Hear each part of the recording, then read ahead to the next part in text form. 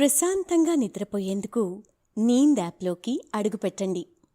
ఈ క్షణమే నీంద్ యాప్ను డౌన్లోడ్ చేసుకోండి.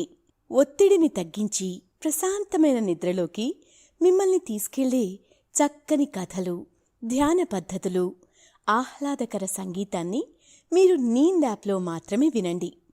ఇవే కాకుండా పలు రకాల స్లీప్ ప్రోడక్ట్స్ అయిన sleep gummies, milk mix, sleep tea bags గురించిన సమాచారం తెలుసుకోవచ్చు. ఈ ప్రోడక్ట్స్కి మీరు బానిస అయ్యే అవకాశమే లేదు. వీటిని వాడడం వల్ల మీకు ఎటువంటి సైడ్ ఎఫెక్ట్స్ కూడా ఉండవు. సంపూర్ణంగా నిద్రపోయేందుకు ఇవి సహకరిస్తాయి. మీ నిద్రానుభవాన్ని మరింత మెరుగుపరుస్తాయి. నమస్తే, నేను మీ హేమ. ఇప్పుడు రచయిత హరీష్ పంపిన శ్రీకృష్ణ నిర్యాణం అనే కథను విందాం. దుష్టుల వల్ల ధర్మం అడుగంటినప్పుడు, శిష్టులు బాధలు అనుభవించినప్పుడు దుష్టులను శిక్షించి శిష్టులను రక్షించి ధర్మాన్ని ఉద్ధరించడానికి తాను అన్ని యుగాల్లో భూమిపై అవతరిస్తానని కురుక్షేత్ర సంగ్రామం ఆరంభంలో శ్రీకృష్ణుడు అర్జునునికి భగవద్గీత ఉపదేశం చేశాడు. ఈ మేరకు శ్రీ మహావిష్ణువు భూలోకంలో రాక్షసుల హింసలు, అరాచకాలతో నిత్యం తల్లడిల్లుతున్న శిష్టుల సంరక్షణార్థం 22 అవతారాలను దాల్చినట్లు శ్రీమద్ భాగవతం చెప్తోంది. వీటిలో ముఖ్యమైనవి దశావతారాలు. వీటిలో శ్రీకృష్ణావతారం 8వది. 5050 ఏళ్ల క్రితం ద్వాపర యుగంలో శ్రీకృష్ణుడు అవతరించాడు.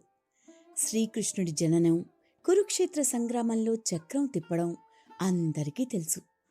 మరి శ్రీకృష్ణ నిర్యాణం గురించి ఎంతమందికి తెలుసు? కృష్ణ పరమాత్ముడి ప్రాణదీపం ఆరిపోయిన తీరు ఎందరికీ గుర్తుంది? అయితే మనం కథ వినడం ప్రారంభించే ముందు సౌకర్యవంతమైన స్థితిలోకి వెళ్దాం. మీకిష్టమైన రీతిలో పడుకుని అన్ని లైట్లను ఆఫ్ చేసి మీ కళ్ళు మూసుకోండి. నెమ్మదిగా గాలి పీలుస్తూ పూర్తిగా లోతైన శ్వాస తీసుకుని వదలండి. ఈ ప్రపంచాన్ని, ఇవాల్టి జ్ఞాపకాలను మెల్లగా పక్కకు నెట్టి క్రమంగా నిద్రలోకి జారుకునే సమయమిది. మరోసారి నెమ్మదిగా గాలి పీలుస్తూ లోతైన శ్వాస తీసుకుని మీ శరీరంలోని ఒత్తిడిని బయటకు వదిలివేయండి. ఇప్పుడు మీరు చేయాల్సిందల్లా విశ్రాంతి తీసుకోవడం, సేద తీరడం, మునుపటి స్థితికి రావడం. మీరిప్పుడు మంచం మీద ఉన్నారు. రోజువారీ అలసట నుంచి మీ శరీరం విశ్రాంతి తీసుకుంటున్నట్లుగా మీకు అనిపిస్తుంది. కాళ్ల నుంచి మొదలుపెట్టి మీ అవయవాల్లోని ఒత్తిడిని ఒక్కొక్కటిగా బయటికి పంపించేయండి. మీకోసం అవన్నీ రోజంతా చాలా కష్టపడ్డాయి కాబట్టి వాటికి విశ్రాంతి తీసుకునే అర్హత ఉంది. ముందుగా మీ పాదాల్లో మొదలైన విశ్రాంత అనుభూతి క్రమంగా మీ మోకాలి క్రింది భాగానికి చేరుతుంది. అక్కడ్నుంచి మోకాళ్లలోకి ప్రవేశిస్తుంది.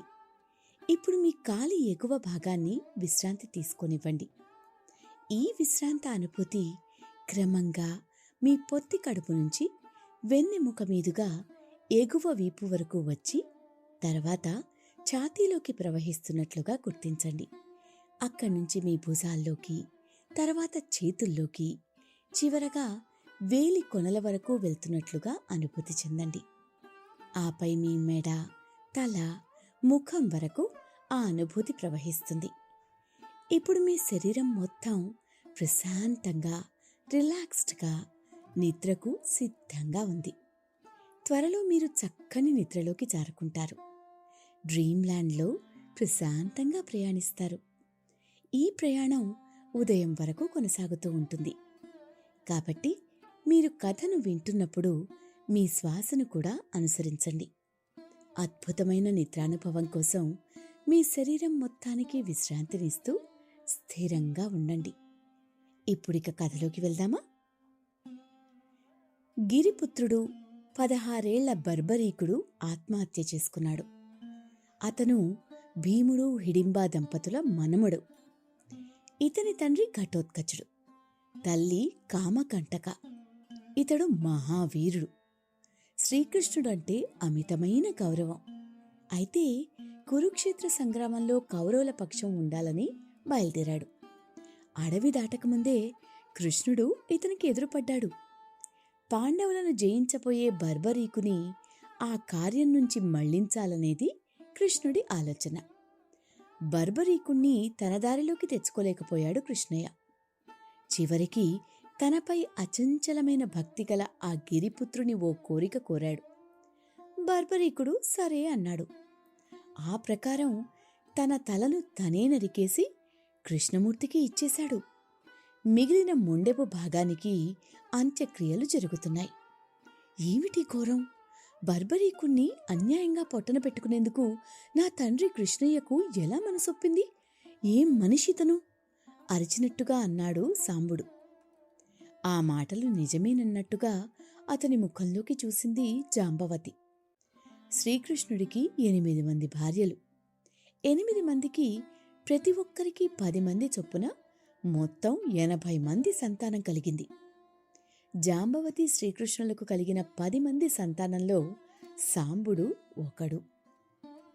అంత్యక్రియల వద్ద గిరిస్త్రీ హిడింబ అన్ని విషయాలు ఇంటి దగ్గరే మాట్లాడుకుందాం రండి అన్నట్టుగా సంజ్ఞ చేసి వెళ్ళిపోయింది.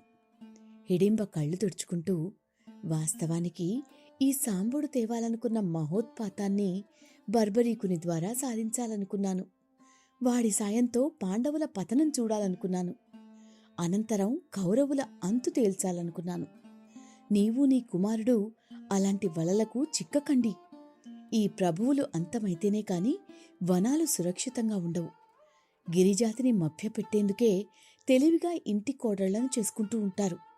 మనం నచ్చని పక్షంలో రాక్షసులని పేరు పెడుతూ ఉంటారు ఆయాసపడుతూ చెప్పింది. హిడింబాదేవి సాంబుని ఉద్దేశించి, నువ్వు అచ్చమైన నా మేనల్లుడివిరా వీరకుమారా. మనది ఒకటే రక్తం. ద్వారకలో నువ్వు పడ్డ బాధలు అనంతం. వాటికి బదులుగా నువ్వు తలపెట్టిన సమరం తిరుగులేనిది.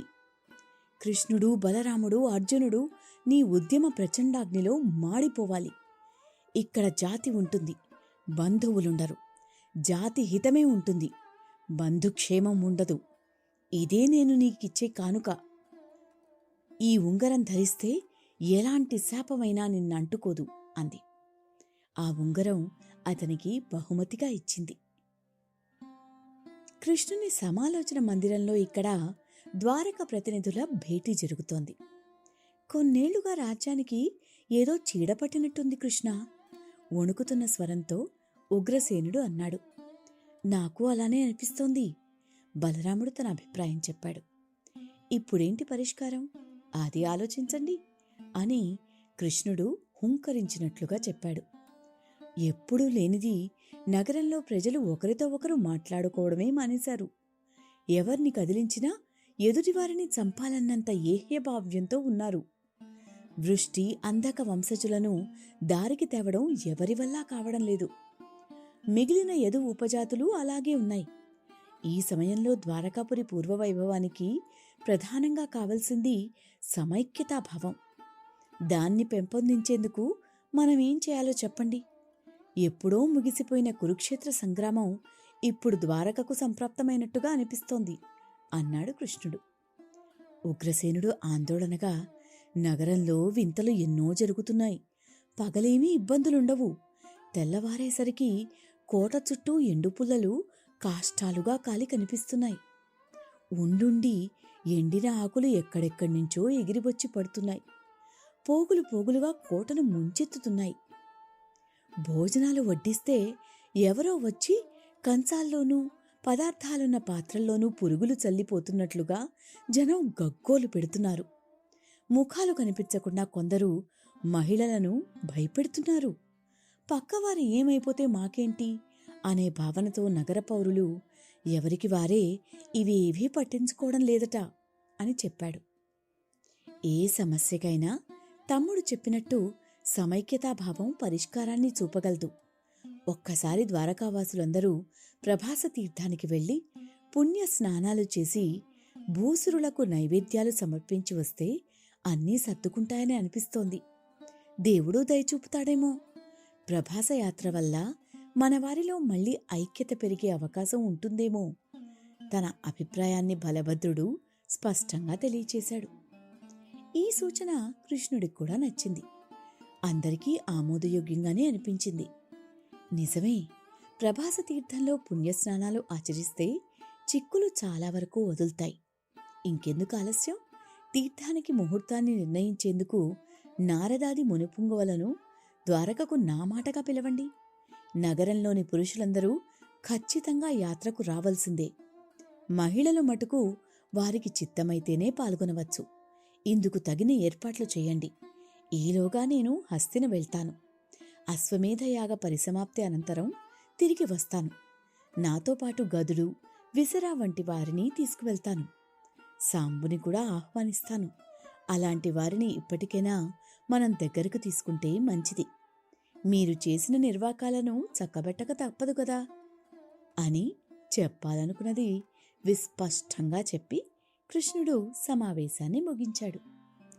హస్తినలో సాగే అశ్వమేధానికి కలిసి వెళ్దామని కృష్ణుడి నుంచి సాంబకుమారునికి ఆహ్వానం అందింది. ఎవరికీ తమపై ఎలాంటి అనుమానాలు రాకుండా ఉండేందుకు తండ్రితో పాటు సాంబుడు యజ్ఞశాలకు వెళ్లి రావడమే మంచిదని జాంబవతి మాత నిర్ణయించింది. కాకపోతే ఎల్లప్పుడూ అప్రమత్తంగా ఉండాలని మాత్రం సాంబునికి చాలా సూచనలు చేసింది. అప్రమత్తత అస్సలు పనికిరాదని లక్ష్మణ హెచ్చరించింది. బలరాముడు ఆయన అనుచరులు ఎంతకైనా తెగిస్తారని చెప్పింది. వనబలం తన చుట్టూ ఎప్పుడూ ఉంటుందని సాంబుడు భార్యకు చెప్పాడు. క్షేమంగా తిరిగొస్తానని ధైర్యం చెప్పాడు. కట్టుదిట్టమైన జాగ్రత్తలతో కృష్ణుని అనుసరించి అశ్వమేధ యాగానికి సాంబకుమారుడు వెళ్ళాడు. పాండవులను పలకరించాడు. అక్కడి వారితో ప్రేమగా మాట్లాడాడు. అందరితోనూ కలివిడిగా ఉంటూనే మెల్లగా ద్వారావతి దారి పట్టేశాడు. ఇంటికి వచ్చేసి తన పనుల్లో తాను నిమగ్నమయ్యాడు. కొన్ని రోజులకు కృష్ణుడు పరివారంతో హస్తిన నుంచి ద్వారకాపురం చేరుకున్నాడు. ప్రభాస యాత్రకు రంగం సిద్ధం చేశాడు. ప్రభాస తీరం వెళ్లేందుకు ద్వారకాధిపతులు తలపడుతున్నారనే సంగతి సాంబుని చెవి చేరింది. అతను ఈ సమయం కోసమే ఎప్పటినుంచో ఎదురుచూస్తున్నాడు. వారి వినాశనానికి అప్పటికే అక్కడ సాంబుడు ఏర్పాట్లు చేసుకున్నాడు. అది కూడా తానో మరొకరో పన్నిన పథకం ప్రకారం జరిగినట్టుగా లోకానికి తెలియకూడదని అనుకుంటున్నాడు. ముహూర్త నిర్ణయం కోసం విశ్వామిత్ర, కణ్వ, నారద మునులను ద్వారకాపురం వెళ్లవలసిందిగా మహర్షి సమూహమంతా తీర్మానించింది. అందరూ ప్రయాణమయ్యారు. కొద్ది రోజులు తదేక ధ్యానంతో నడుస్తూ గమ్యానికి చేరువగా వచ్చేశారు. సముద్రఘోష వినపడిందంటే చాలు, ద్వారకాపురం దరి చేరుతున్నట్టే. ఉన్నట్టుండి ఎక్కడ్నుంచి వచ్చిందో కాని అప్సరసలాంటి మహిళ వాళ్లకి ఎదురైంది. ఆమె అందం అరవిందం, ఆమె మోము సువర్ణ కమలం, ఆమె లావణ్యం అపురూపం. వివాహితగా కానవస్తోంది, పైగా గర్భిణిగానూ అగుపిస్తోంది. నిర్మానుష్యమైన ఇలాంటి వనప్రాంతాన ఈ మహిళ ఎదురవ్వడం ఏమిటి అని మునులు ఆలోచిస్తున్నారు. విశ్వామిత్రుల వారు మాత్రం ఆమెను చూడగానే ఒకప్పుడు తనకు తపోభంగం చేసిన మేనక కాదు కదా అని మనసులోనే అనుకున్నారు. వెనువెంటనే తన హృదయం కళ్ళల్లేని గుర్రంలా ఎగురుతోందని భావించి అదుపులోకి తెచ్చుకున్నారు. మునులారా, మీకు వందనం. ఈరోజు మీ దర్శన భాగ్యం కలిగింది. నాకంతకు మించిన ఆనందం వేరే ఏముంటుంది అంటూ సోయగాలు ఉట్టిపడేలా ఆ మహిళ పలికింది. ఆమె ఎంత మర్యాదగా మాట్లాడినా గొంతు మాత్రం ఆమె అందానికి తగినట్టుగా కనిపించడం లేదు. పురుషుడి గాత్రంలా కొంత గాఢంగా పలుకుతోంది. ఇంతలోనే నారదుడు, ఎవరమ్మా నువ్వు? మా నుంచి ఏం కోరుతున్నావు అని అడిగాడు. వెంటనే ఆ మహిళ, ముని పుంగవులారా, మాది ద్వారకాపురి. మా నగరానికి తరలి వస్తున్నారని తెలిసి మిమ్మల్ని కలిసేందుకే ఎన్నో శ్రమలను కోర్చి ఇక్కడికి వచ్చాను. నేనిప్పుడు నిండు గర్భిణిని. ఏ క్షణంలోనైనా ప్రసవం అన్నట్టుంది నా పరిస్థితి. ఆడబిడ్డ కావాలని నా మనసు కోరుకుంటోంది. మగపిల్లవాడు కావాలని నా భర్త హింసిస్తున్నాడు. తపోబలంతో పుట్టబోయేది ఎవరో మీరు నిర్ధారించి చెప్పగలరని ఇలా వచ్చాను అని సమాధానమిచ్చింది. ఇంతేనా అమ్మా? అదెంత పని అంటూ కణ్వ మహర్షి ఇంకా ఏదో మాట్లాడబోతుండగా ఆమె భర్త చుక్క తెగి రాలిపడ్డట్టుగా అక్కడికి వచ్చి పట్టాడు. అతనితో పాటుగా మరికొందరు యువకులు బిలబిలమంటూ వచ్చేశారు. స్వాములారా, వందనాలు. ఈమె నా భార్య. మాకు పుట్టేది ఆడబిడ్డ మగబిడ్డ, కాస్త చెప్పండి అన్నాడు ఆ అందగత్త భర్తగా చెప్పుకున్న ఓ వ్యక్తి. ఆ మాటలకు పక్కనే ఉన్న యువకులు వెకిలిగా నవ్వారు. నవ్వడమే కాకుండా పిచ్చి పిచ్చి ప్రేలాపనలకు దిగారు. ముందుగా విశ్వామిత్రునికి వారి మీద అనుమానం కలిగింది. తమను అవమానించేందుకు వీరంతా ఇలా నాటకం ఆడుతున్నారని సందేహం కలిగింది. ఇదే సమయంలో నారదుడు ఆ సుందరాంగి భర్తను చూసి ఎవరో గుర్తుకొచ్చినట్లుగా అయిపోయాడు. నువ్వు బభ్రువు కదూ? గోపకుమారునివి కదూ? నిన్ను ద్వారకలో ఎన్నిసార్లు చూడలేదు అంటూ నిలదీశాడు. ఆ దెబ్బకి మహాసౌందర్య రాశి ఆమె వెంట వచ్చిన వారందరూ వరస మార్చేశారు. అవును, మేమంతా ద్వారకావాసులం. మిమ్మల్ని ఆట పట్టించడానికే ఈ వేషాలు వేసుకుని వచ్చాం. ఈ పిల్ల ఆడపిల్లే కాదు, గర్భవతి అంతకంటే కాదు. మగాడికే ఆడదాని వేషం వేశాం అంటూ తమ వేషధారణలు తొలగించి మామూలు రూపాల్లోకి వచ్చేశారు. మునులను నానా మాటలు అన్నారు. సూటిపోటి వ్యాఖ్యలతో వేధించారు. అప్పటి వరకు లావణ్యవతిగా కనిపించిన ఆ అమ్మాయి వేరెవరో కాదని సాంబ కుమారుడేనని నారదుడికి తెలిసిపోయింది. ఆ మాటే పైకి అనేశాడు. ఎప్పుడైతే కృష్ణుడి కుమారులు తమను అవమానించేందుకు సిద్ధపడ్డారని తెలుసుకున్నాడో అప్పుడిక విశ్వామిత్రుడికి కోపం వచ్చింది. కన్నుడికి కూడా ఆగ్రహం కట్టలు తెంచుకుంది. అప్పటికే కోటలో కొన్నిసార్లు నారదునికి సాంబునికి మధ్య కొన్ని అంశాల మీద వాదన జరిగి ఉంది. చిన్న చిన్న తగవులు పడ్డారు. ఇంత చేసిన యదుకుమారులు ఊరుకున్నారా అంటే అదేమీ లేదు. మునుల చుట్టూ తిరుగుతూ ఏవేవో తుంటరి పదాలు పాడుతూ పేట్రేగిపోయారు. దీంతో విశ్వామిత్రుడు ఓర్చుకోలేకపోయాడు. కమండలంలో నీళ్లు కుడి చేతిలోకి తీసుకున్నాడు. గర్భిణిగా మా ముందు నిలిచిన ఈ సాంబుని కడుపు నిజంగానే పండుతుంది. మమ్మల్ని ఘోరంగా అవమానించిన వీరందరికీ తగిన శాస్తి జరుగుతుంది. మగవాడైనప్పటికీ సాంబకుమారుడు ముసలానికి జన్మనిస్తాడు. అతని కడుపున ఇనుప రోకలి పుట్టుకొస్తుంది.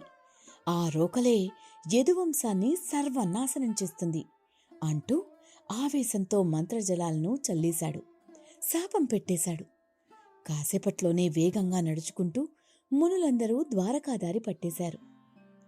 వారలా వెళ్ళిపోతుంటే సాంబుడు సంతోషంతో నృత్యం చేశాడు. రోకలిని కూడా బలరాముడు ఆయుధంగా ధరిస్తాడన్న విషయం ఆ సమయాన జ్ఞాపకానికి రావడంతో మరింతగా ఆనందపడ్డాడు. అచ్చం అలాంటి రోకలే ద్వారకను ధ్వంసం చేస్తుందని మునులు పలకడంతో సంబరపడిపోయాడు. గతంలో హిడింబాదేవి తనకు ఇచ్చిన ఉంగరాన్ని గట్టిగా ముద్దు పెట్టుకున్నాడు. భబ్రువు అతని మిత్రులు మాత్రం ఈ పరిణామంతో బిక్కచచ్చిపోయారు. సాంబుని మాట విని వేషాలు కట్టినందుకు తమకు తగిన శిక్ష ఏదో పడినట్లుగా ఆవేదన చెందారు. మునులందరూ నేరుగా కృష్ణుడి మందిరానికే వెళ్లారు. సాంబుని వైనాన్ని వివరించారు. తమ శాపాన్ని, అతని కడుపున ముసలం పొడుతుందన్న విషయాన్ని తెలియజేశారు. ప్రభాసయాత్రకు ముహూర్తం చెప్పి చకచకా కోట దాటేశారు. కృష్ణుడు ఈ విషయాలన్నీ విని తల పట్టుకున్నాడు. సాంబుడు ఇంటికి తిరిగి వచ్చి జరిగిందంతా తల్లికి భార్యకి చెప్పాడు. ఏ ముని శాపమూ తగలకుండా హిడింబాదేవి అందించిన ఉంగరం ఆ సమయంలో సాంబకుమారుణ్ణి కాపాడిందని ఇద్దరూ ఆనందపడ్డారు. తను మర్నాడు అమలు చేయబోతున్న పథకాన్ని సాంబుడు వారికి వివరించాడు. అయితే నేడో రేపో లక్ష్మణకుమారి పడబోయేది నిజమైన ప్రసవ వేదన. నువ్విప్పుడు పడేది వ్యూహాత్మకమైన వేదన. అదన్నమాట అసలు సంగతి అంటూ జాంబవతి నవ్వింది. ఆ రాత్రంతా పురిటి నొప్పులు పడుతున్నట్లు సాంబకుమారుడు నటించాడు. నానా బాధలు పడి ఒక ఇనుప రోకల్ని కన్నానని చెప్తూ తెల్లవారకముందే భబ్రువు ఇంటికి చేర్చాడు. ఆ రోకల్ని చూసి బెంబేరెత్తిపోయిన భబ్రువు తన మిత్రుల సాయంతో దాన్ని ఉగ్రసేనుని సమక్షానికి తీసుకుపోయాడు. అప్పుడే మహారాజు కిందికి దిగాడు.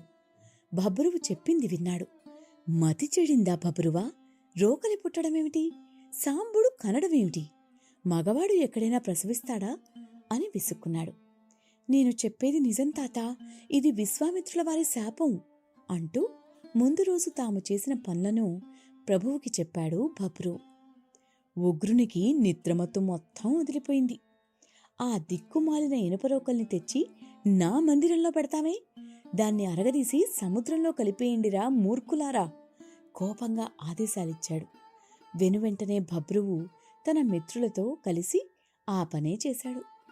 ప్రభాసయాత్రకు అంతా సిద్ధమైంది. మరునాటి ఉదయమే ప్రయాణం. యాత్రలో సురాపానం నిషిద్ధమని, రజోగుణం కలుగజేసే ఆహారాన్ని తీసుకుపోకూడదని శ్రీకృష్ణుడు ఆదేశాలిచ్చాడు. ఆ రాత్రి కృతవర్మ ఇంట్లో కూర్చున్నాడు సాంబుడు. సుర లేకుండా ప్రభాసయాత్ర ఏమిటని ఒక దశలో కృతుణ్ణి వెర్రెత్తించాడు. అడవుల్లో వడబోసిన విప్పసారాను పీపాల కొద్దీ రథంలోకి రహస్యంగా చేర్పిస్తానని, ఎవరికీ తెలియకుండా ప్రభాసానికి తీసుకెళ్తే అక్కడ తాగొచ్చని చెప్పాడు. తన రథంలో సురను తరలించేందుకు కృతవర్మ ఆనందంగా అంగీకరించాడు. సమయం సందర్భం కుదిరితే సాత్యకిని యాత్రలోనే పరలోకానికి పంపుతానని, అందుకు సహకరించాలని సాంబుణ్ణి కోరాడు. సాయపడతానని కృతవర్మకు సాంబుడు మాటిచ్చాడు. సాత్యకి హత్యకు రంగం సిద్ధం చేయడంలో భాగంగా ఆ రాత్రివేళని అన్ని జాతుల వారిని కలిసి ఒకరిపైకి మరొకరిని ఎగదోయాలని సూచించాడు. ప్రభాస తీరాన్ని రణరంగంగా మార్చాలని కోరాడు. ఈ సలహా కృతవర్మకు బాగా నచ్చింది. సాంబుడు కోరినట్టుగానే రాత్రికి రాత్రే ఉపజాతుల నేతలందర్నీ కలిశాడు కృతుడు. ఒకరిపై ఒకరికి మాటలు చెప్పి వారంతా తమలో తామే తలపడేందుకు వీలుగా గట్టి పునాది కట్టి వచ్చాడు. జాంబవతి మాత ఏమనుకుందో ఏమో, యాత్రకు తానూ వస్తానంది. సాంబుడేమో వద్దన్నాడు. పురుడు పోసుకోవడానికి సిద్ధంగా ఉన్న లక్ష్మణను వదిలిపెట్టి రావద్దని తల్లిని కోరాడు. లక్ష్మణ మాట ప్రస్తావన రాగానే జాంబవతి కూడా సంకోచించింది. సరే, నువ్వే యాత్ర పూర్తి చేసి సత్ఫలితాలతో తిరిగిరా నాయనా అంటూ కుమారుణ్ణి దీవించింది. సాంబునికి సందేహమే, ప్రభాసం నుంచి నివాసానికి తాను చేరగలనో లేదో అని. విజయమో వీరస్వర్గమో అనుకునే తన వంటి వారికి బెరుకెందుకు అని సర్ది చెప్పుకున్నాడు. తెల్లవారేసరికి ద్వారకా నగరమంతా కోలాహలానికి నిలయమైపోయింది. యదువీరులందరూ వీర తలకాలు దిద్దుకున్నారు, కొత్త బట్టలు కట్టుకున్నారు, తలపాగాలు చుట్టుకుని ఆయుధాలను చేతపట్టారు. ప్రతి ఇంటి నుంచి మగవారు బయలుదేరారు. హారతులిచ్చి తల్లులు భార్యలు వారిని సాగనంపారు. సాత్యకి కృతవర్మ సహా యదు ప్రముఖులంతా ప్రభాసానికి బయలుదేరారు. తన బిడ్డలనందరినీ యాత్రకి నమ్మనమని కృష్ణుడు ఆహ్వానించడంతో వారంతా తండ్రితో వచ్చి కలిశారు. ఎందుకనో సత్యభామ మినహా కృష్ణుడి భార్యలెవ్వరూ ప్రభాస తీరానికి వెళ్లేందుకు మనసు పడలేదు. సత్య వెంటరాగా కృష్ణుడు బయలుదేరాడు. ఉగ్రసేనుడు వసుదేవుడు కోటకు రక్షగా నిలిచారు. కృష్ణుడి కుమారులంతా పాదయాత్ర ఆరంభించారు. పాదయాత్రికులకు కృష్ణుడు నాయకత్వం వహించాడు. వారంతా ముందుకు సాగుతుండగా పూలరేకులను గోపస్త్రీలు విసురుతూ కనిపించారు. అయితే గతంలోనూ చాలా ప్రభాసయాత్రలను ద్వారకా నగరం చూడకపోలేదు. ఈసారి మాత్రమే ఏదో తేడాగా ఉన్నట్టుగా కృష్ణుడికి అనిపించింది. అందరూ కోట దాటి బయటికి వచ్చారు. అప్పటికే అక్కడ రథాలు సిద్ధంగా ఉన్నాయి. సత్యకృష్ణులు మొదటి రథాన్ని అధిరోహించారు. వెనుకగా బలరాముడు, సాత్యకి వారి వారి రథాల్లో ఎక్కి కూర్చున్నారు. భబ్రువు, సాంబుడు, ప్రభాను, అతిభాను, గదుడు, ప్రద్యుమ్నుడు, చారుదేష్ణుడు ఎవరి రథంలోకి వారు చేరిపోయారు. కాస్త వెనుకగా తన కోసమే సిద్ధమైన రథం మీదికి వచ్చాడు కృతవర్మ. అతనికి అత్యంత ప్రీతిపాత్రుడైన సారథి నవాచరుడు అశ్వాల పగ్గాలతో సిద్ధంగా ఉన్నాడు. కృతుడు, నవుడు ఒకరి కళ్లలోకి ఒకరు చూసుకుని అదోలా నవ్వుకున్నారు. అప్పటికే యాత్రకు అవసరమైన భోజనాలు, పిండి వంటలను తన రథంలోనూ వెనుక ఉన్న మరికొన్ని రథాల్లోనూ కృతవర్మ సర్దించాడు. సాంబుడు తన రథంలో నిల్చుని చుట్టుపక్కల ప్రాంతాలను తిలకిస్తున్నాడు. ఎటు చూసినా జనం, ఎవరేం మాట్లాడుతున్నారో ఎవరికీ అర్థం కాని స్థితి. రథాల గమనం వేగాన్ని పుంజుకుంది. సాంబుని మనసు ఆలోచనలతో నిండిపోయింది. తాననుకున్నట్టుగానే అన్నీ జరుగుతాయా? అనే ఆలోచన తరచూ తన మదిలో మెదులుతోంది. చుట్టూ ఉన్న కొండల మీద నుంచి వనపుత్రుడు తమను గమనిస్తూనే ఉండి ఉంటారని అనుకున్నాడు. ఆ కొండల వైపు అప్పుడప్పుడు కన్నార్పకుండా చూస్తున్నాడు. శ్రీకృష్ణుడైతే దీర్ఘాలోచనలో పడినట్టుగా మౌనం వహించి సాగుతున్నాడు. సత్యభామ కొన్ని సందర్భాల్లో భర్తను మాట్లాడించబోయినా కుదరడం లేదు. తనకు మాట్లాడాలని అనిపించడం లేదని ముఖ కవళికల ద్వారానే తెలియజేస్తున్నాడు కృష్ణుడు. ఉన్నట్టుండి యాత్రలో కేకలు వినిపించాయి. బాగా వెనుకబడిన కృతవర్మ రథం వద్ద జనం గుమిగూడి ఏదేదో మాట్లాడుకుంటున్నారు. కృష్ణునికి ఇదంతా అనవసరపు సందడిగా తోచింది. అయినా చేసేదేమీ లేదనుకుని ముందుగా వెళ్ళిపోయాడు. కాని అప్పటికే జరగవలసింది జరిగిపోయింది. కృతవర్మ రహస్యంగా తన రథంలో దాచి తెచ్చిన విప్పసారాను తాను తాగి అందరికీ పంచిపెట్టాడు. తాగినవారు ఊరుకోకుండా రకరకాలుగా మాట్లాడటం మొదలుపెట్టారు. కృతవర్మ సైతం కొందరిని రెచ్చగొట్టాడు. ఈ సంగతంతా తిలకిస్తున్న సాంబుడు తన పథకానికి తెరలేచిందని అనుకున్నాడు. సరిగ్గా సూర్యుడు నడినెత్తిమీదికి వచ్చేసరికి యదుయాత్ర ప్రభాస తీరానికి చేరుకుంది. పశ్చిమ సముద్రం ఆ రోజు ఎగసి పడుతోంది. ఎన్నడూ లేనిది సరస్వతీ నది ఉవ్వెత్తున పైకి లేస్తూ సముద్రంలో కలుస్తోంది. అక్కడి విశాలమైన సముద్రపు ఒడ్డు మీద తుంగగడ్డి ఏపుగా పెరిగి కనిపించింది. ఎన్నడూ లేనిది ఈ గడ్డి ఇప్పుడెలా ఇంతటి విస్తారంగా పెరిగిపోయిందో కృష్ణునికి కాసేపు అర్థం కాలేదు. సత్యభామ కృష్ణుడు రథం దిగారు. అంతా గుమిగూడినట్టుగా చేరిపోవడంతో సముద్రపు తీరం జాతరను తలపించింది. ఎదుట సముద్రం, దాని ఎదుట జనసముద్రం అన్నట్టుగా ఉంది అక్కడంతా. బంధుజనం మధ్యకు చేరుకున్న కృష్ణుడు పెద్ద గొంతుతో, ముందు పుణ్యస్నానాలు ఆచరించాలి, అనంతరం తర్పణాలు, దేవతార్చనలు నిర్వహించాలి అని చెప్పాడు. మామూలుగా అయితే కృష్ణుడు మాట్లాడితే ఇంకెవ్వరూ ఎదురు చెప్పరు. అప్పటి వరకు ఆ కట్టుబాటు ద్వారకావాసుల్లో ఉండేది. ఆ రోజు మాత్రం ఏదో అయినట్టుగా కృతవర్మ పెద్దగా అరిచాడు. ఈ మిట్ట మధ్యాహ్నం జలకాలేమిటి? ఇప్పుడు చేయాల్సింది స్నానం కాదు, పానం. సురపాత్రతో అక్కడికి చేరుకుని గట్టిగా నవ్వుతున్నాడు. అది చూసి కృష్ణుడు దెబ్బతిన్నట్టుగా అయిపోయాడు.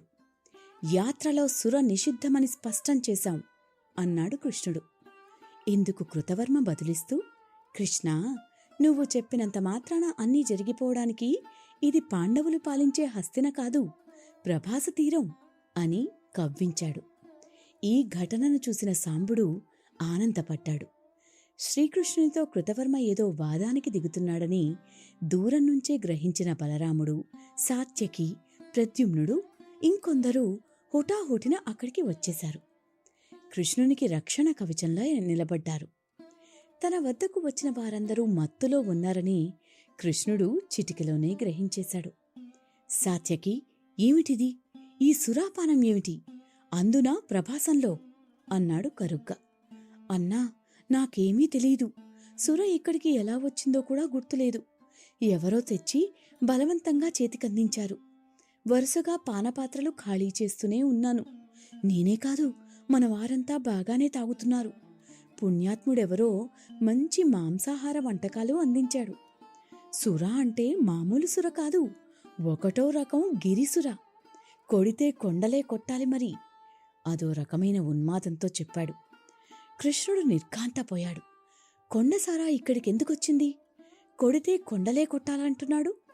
కొండలు ఎవరిని కొట్టబోతున్నాయి? కృష్ణుడు అయోమయంగా ఉన్నాడు. ఈలోగానే సాత్యకి మాటలన్నీ కళ్ల ముందే జరుగుతున్నాయి. తన వారంతా విపరీతంగా తప్పతాగి చిందులేస్తున్నారు. మరో విడ్డూరమూ కనిపించింది. భూసురులకు చెల్లించవలసిన నైవేద్యాలను తుంగదుబ్బుల మాటున పనిగట్టుకుని మరీ వానరాలకు సమర్పిస్తున్నారు కొందరు. సాంబుడే స్వయంగా ఆ కార్యక్రమానికి నేతృత్వం వహిస్తున్నాడు. కోతి జాతి అని తనను ప్రభువులు గేలి చేసినందుకు ఆ కోతులకే నైవేద్యాలు చెల్లిస్తున్నానన్న భావం సాంబుడిలో ఆ క్షణాన కనిపించింది. ఈ విషయాన్ని శ్రీకృష్ణుడు ఇట్టే గ్రహించేశాడు. పేరుకు తగ్గట్టుగానే సాంబుడు ప్రవర్తిస్తున్నాడేమో అని భావించాడు. నాథా, ఇదేదో విపరీత కాలమే. వీళ్ల పానం, వీళ్ల అతి భాషణ, బ్రాహ్మణోత్తములను ఆహ్వానించకపోవడం, వారికి అర్పించవలసిన పదార్థాలను, మర్కటాలను అందించడం, ఇవన్నీ చూస్తుంటే ప్రమాదమేదో ఎదురయ్యేటట్టే ఉంది అని సత్యభామ భయంగా చెప్పింది. అవును, భూసురులను పిలవాల్సిందిగా బభ్రువును పురమాయించాను. గుర్తు రాలేదని తప్పించుకున్నాడు. ఇప్పుడిలా వానరాలు భక్ష్యాలు భోజిస్తున్నాయి. ఇదంతా నాకు వింతగానే ఉంది అని కృష్ణుడు చెప్పాడు. ఇంకా కృష్ణుడి మాటలు పూర్తి కానేలేదు. బలం, శౌర్యం, పరాక్రమం, శరీర దారుఢ్యం వంటి విషయాలను తాగిన మత్తులో అనవసరంగా సాత్యకి ప్రస్తావన తెచ్చాడు. తేవడమే కాకుండా, ఈ కృతవర్మ మహావీరుడా, నిద్రపోతున్న ఉపపాండవులను కర్కశంగా చంపేసిన అశ్వత్థామకు సహాయపడ్డాడు. దృష్టద్యుమ్నుని వధలోనూ వీడి పాత్ర ఉంది అంటూ విరుచుకుపడ్డాడు.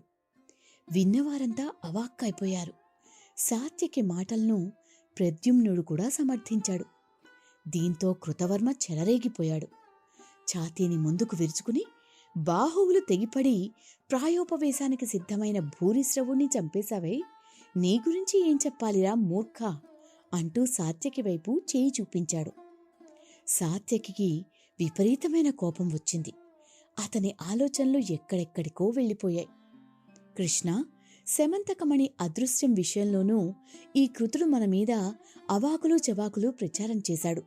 శతధన్వుడు మనపై తిరగబడేందుకు వీడూ కారణమే.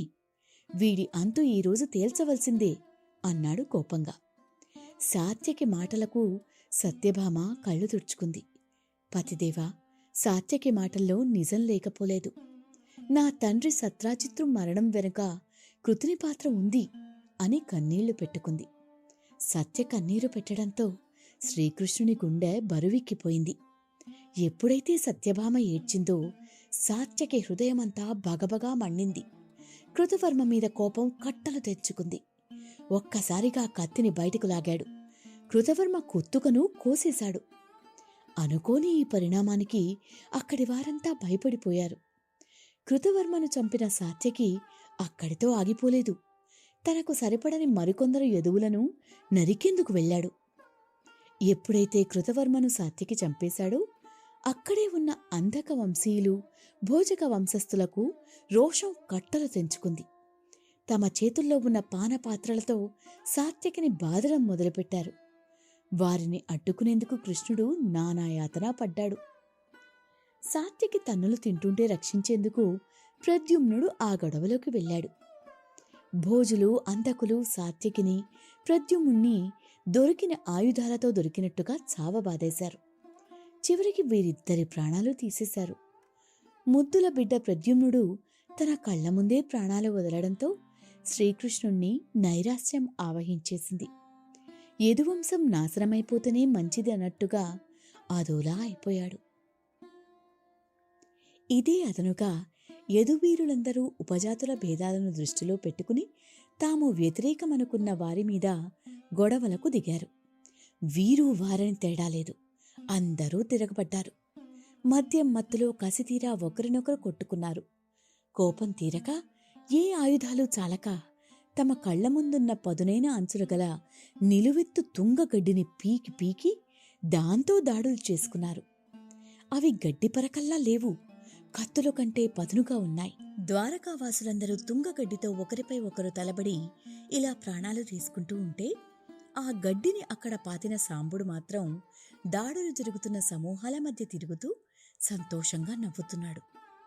అక్కడికి కాస్తంత దూరంగా ఉన్న కొండల మీద నుంచి ఈ దృశ్యాలను హిరణ్యధన్వుడు, నిషాదుడు, ఇంకా అనేక మంది వనవాసులు తిలకిస్తున్నారు.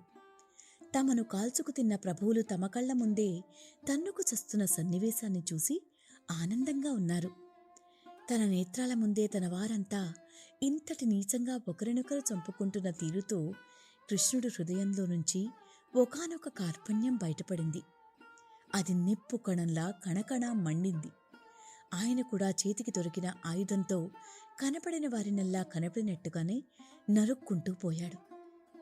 ఇంతలోనే మరో ముఖ్యమైన ఘటన చోటు చేసుకుంది. గొడవలు పడుతున్న యదువీరుల మధ్య తిరుగుతున్న సాంబకుమారుణ్ణి తీవ్ర గాయాలతో ఎక్కడో పడున్న చారుదేష్ణుడు గమనించాడు. ద్వారకలో ఈ సమస్యలకు సాంబుడే కారణమని అతనికి ఎప్పటినుంచో సందేహం. అదంతా ఒక్కసారిగా ఆ సమయాన అతని బుర్రలో తళుక్కున మెరిసింది. ఆ మరుక్షణంలోనే నింపాదిగా లేచి కూర్చున్నాడు. అయోమయంగా చూసినట్టు చుట్టూ చూశాడు. సమీపంలోనే సగానికి విరిగిపోయిన ఒక శూలం కనిపించింది. దాన్ని నెమ్మదిగా అందుకున్నాడు. అది పదునైన కరవాలంగా అతని చేతుల్లో ఇమిడిపోయింది. నడవలేక నడిచాడు. సాంబకుమారుని వెనక పడ్డాడు. ఇదంతా సాంబుడు గమనించలేదు. ఆ క్షణంలో చారుదేశుని బలం నక్షత్రమండలమంతా, గగనమంతా, భూగోళమంతా అన్నట్టయింది. 14 భువనాల సత్తువ మొత్తం అతని చేతికే దక్కినట్టయింది. వీరావేశంతో సాంబుని వెన్నులో ఒకే ఒక్క శూలంపోటు భయంకరంగా పొడిచేశాడు చారుడు. ఈ పరిణామం నుంచి తేరుకునే లోపుగానే సాంబకుమారుని వీపున దిగబడ్డ శూలం అతని పొట్టలోంచి బయటికి తన్నుకొచ్చేసింది. అతనికి మాతృమూర్తి జాంబవతి, భార్య లక్ష్మణకుమారి గుర్తుకొచ్చారు. కన్నీరులికింది. ఆ వెంటనే నేలమీద తల వాల్చేశాడు. కృష్ణుడికి అప్పుడే మనుమడు పుట్టాడు. ద్వారకలోని ప్రసూతి సౌధంలో సాంబుని భార్య లక్ష్మణకుమారి మగబిడ్డకు జన్మనిచ్చింది. సాంబుని అంత్యక్రియలు పూర్తయ్యాక రథం వద్దకు జాంబవతిని తీసుకువచ్చాడు హిరణ్యధనుడు. అమ్మా, నీకు చెప్పేటంతటి వాణ్ణి కాదు. చరిత్రగతిని మార్చేందుకు కొన్ని వేళ్లు తెగాలి, కొన్ని మెడలు వాలిపోవాలి, కొన్ని ప్రాణాలు పోవాలి. సాంబుని జీవితం సార్థకం. తన జాతి కోసం, ఆ జాతి అస్తిత్వం కోసం కర్పూరంలా వెలిగాడు. చింతపడకు. లక్ష్మణ సాంబకుమారుల తీపి గుర్తుగా ఈ పసికందును వనవీరునిగా పెంచు. అప్పుడు జరగవలసింది చాలానే ఉంది. వెంటనే ద్వారకకి వెళ్ళు. వీడికోసమైనా నువ్వు సజీవంగా ఉండాలి. బయల్దేరు అన్నాడు. హిరణ్యధనుడు సాంబ లక్ష్మణుల అస్థికలను కాలిని కాష్టం నుంచి పైకి తీసి సముద్రంలో కలిపాడు. వెంటనే అందరూ వినండి. ఇప్పుడు నేను చెప్పబోయే కార్యాన్ని శ్రద్ధగా నిర్వహించి కొండకు చేరేవాడు చరిత్రలో నిలిచిపోతాడు. ఆ బాధ్యతను ఎవరు మోయగలరో తేల్చుకోండి, తేల్చి చెప్పండి, బిగ్గరగా కేకవేసినట్టు చెప్పాడు. తమ నాయకుడు హిరణ్యుడు ఏమి పని చెప్తాడోననే గిరివాసులు ఆసక్తిగా వింటున్నారు. తాము దేనికైనా సిద్ధమేనన్నారు.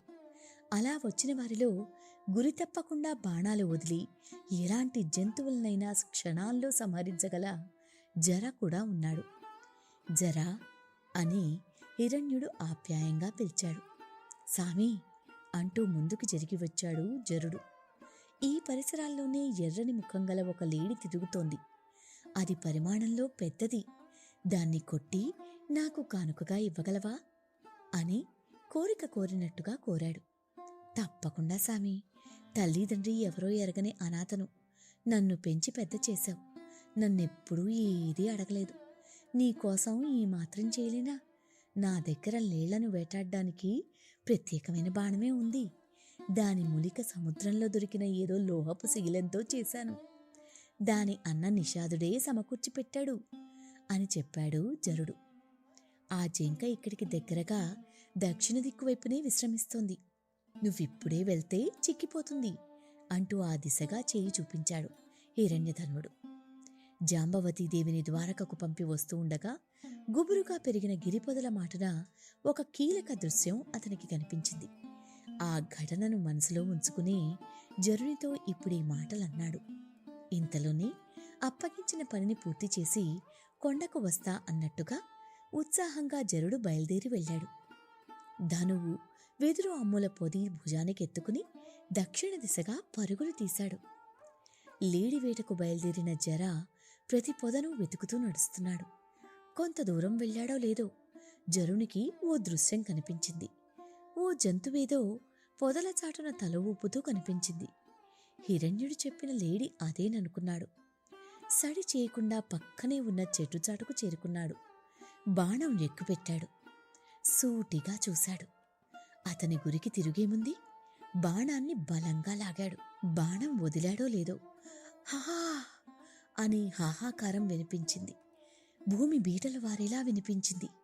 ఆకాశం విరిగిపడేలా వినిపించింది. విలయంలా వినిపించింది, ప్రళయంలా వినిపించింది. ఆ కేక విని జరుడు ఆశ్చర్యపోయాడు. తాను కొట్టింది లేడినైతే మనిషి గొంతు వినిపించింది ఏమిటి అని భయపడిపోయాడు. దగ్గరగా వెళ్లేసరికి ఒక మనిషి దెబ్బతిని పడి ఉన్నాడక్కడ. జరుడు సంధించిన బాణం సూటిగా అతని కాలి బొటనవేలికి తగిలి పాదంలో నుంచి బయటికి వచ్చింది. తాను బాణం విడిచింది శ్రీకృష్ణునిపైనే అని జరకు తెలియదు. ఏం చేయాలో బోధపడక పారిపోయాడు. ఆ వేటగాడు అలా వెనక్కి మళ్ళాడో లేదు, కృష్ణుడి ప్రాణదీపం కాసేపు రెపరెపలాడింది. ఆనక ఆరిపోయింది. శ్రీకృష్ణ నిర్యాణం జరిగిపోయింది.